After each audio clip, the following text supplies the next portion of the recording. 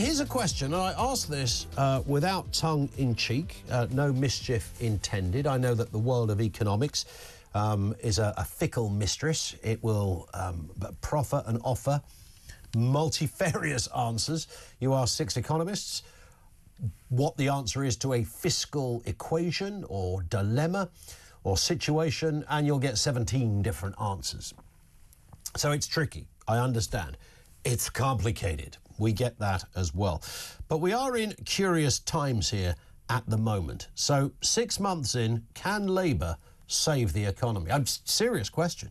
0344 499 1000. Now let's remember, in the world of finance, Rachel Reeves is about as welcome as measles right now. The Chancellor has been in post for 6 months, and she's finding out the hard way what the term out of your depth actually looks like. The economy is tanking, and reckless Rach taking our finances to places that even Liz Truss didn't arrive at.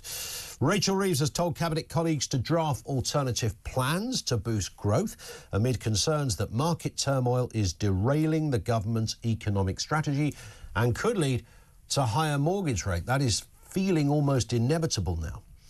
So what do you do when the chips are down and the place is falling apart around you and you're the head honcho and charged with salvaging this mess?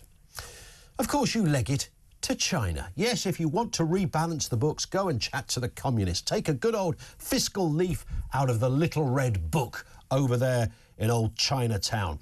Government borrowing costs, which have been rising in recent months, climbed again today. The pound, which fell to its lowest level in more than a year yesterday, also dipped as the markets opened. And analysts say it is unusual for those two things to happen together. But they suggest wider concerns about the strength of the UK economy and the issue of the lower pound. Of course, all of this was inevitable. She was told by anyone with half a brain, you cannot tax your way to growth. And before these taxes had even taken effect, the economy is tanking. Labour spent a lot of time telling us this. OK, fine. So how do we get growth? We'll just tax the pants off everyone and everything. That will put the wages up of some union people, and we'll take it in that direction. 0344 499 1000. Believe it or not, Rachel Reeves, I mean, despite the fun we had with Rachel from accounts and her interesting CV that wasn't quite what it initially said. She was actually an economist at the Bank of England. I think it was the Bank of Scotland where the issue was. So she's got a financial background, and this is where we come back to that question of, you ask two accountants or two economists the same question, you'll get a dozen different answers.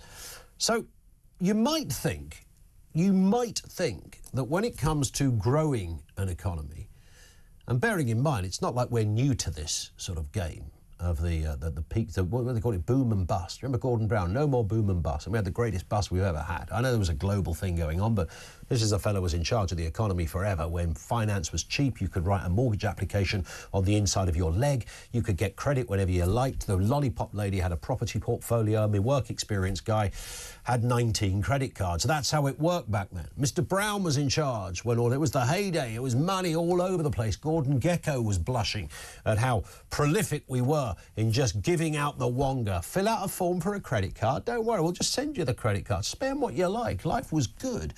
And then, of course, the whole thing went bust. So you'd think by now, whilst there is no specific science behind much of this, because people will differ on their views, you'd think there would be a settled view. And maybe I'm asking this naively. We'll talk to an economist a little later. A sort of settled view that if you want to grow the economy, there's only one way you can really do it. I mean, there are other factors in a global climate. Clearly, you're going to have other places around the world. We've got Trump coming in. That's clearly had an effect, a bit of a ripple going on in the United States. Some are saying what's happening here is exactly what's happening there. We're reflecting essentially what is happening over there, so it could be a little bit of that. Either way, you'd still imagine that by now there would be an agreed route to growth. Might not happen as super fast as you want to. Yes, there will be other components and factors for consideration, but there would be essentially one obvious way. But there isn't. It seems there isn't. There is no one obvious way. 0344 499 1000. Can Labour save the economy? We're getting a word on this and a few of the other big stories of the day with Charlie Downs, who will be with us in a few moments' time, apparently.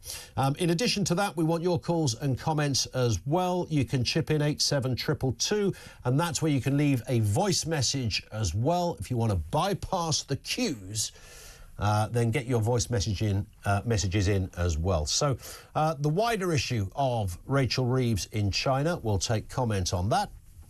And also, in addition, how do we get out of this? And can Labour, will this be the shock that Labour needed in order to get us out of the clear and demonstrable mess we have found ourselves in?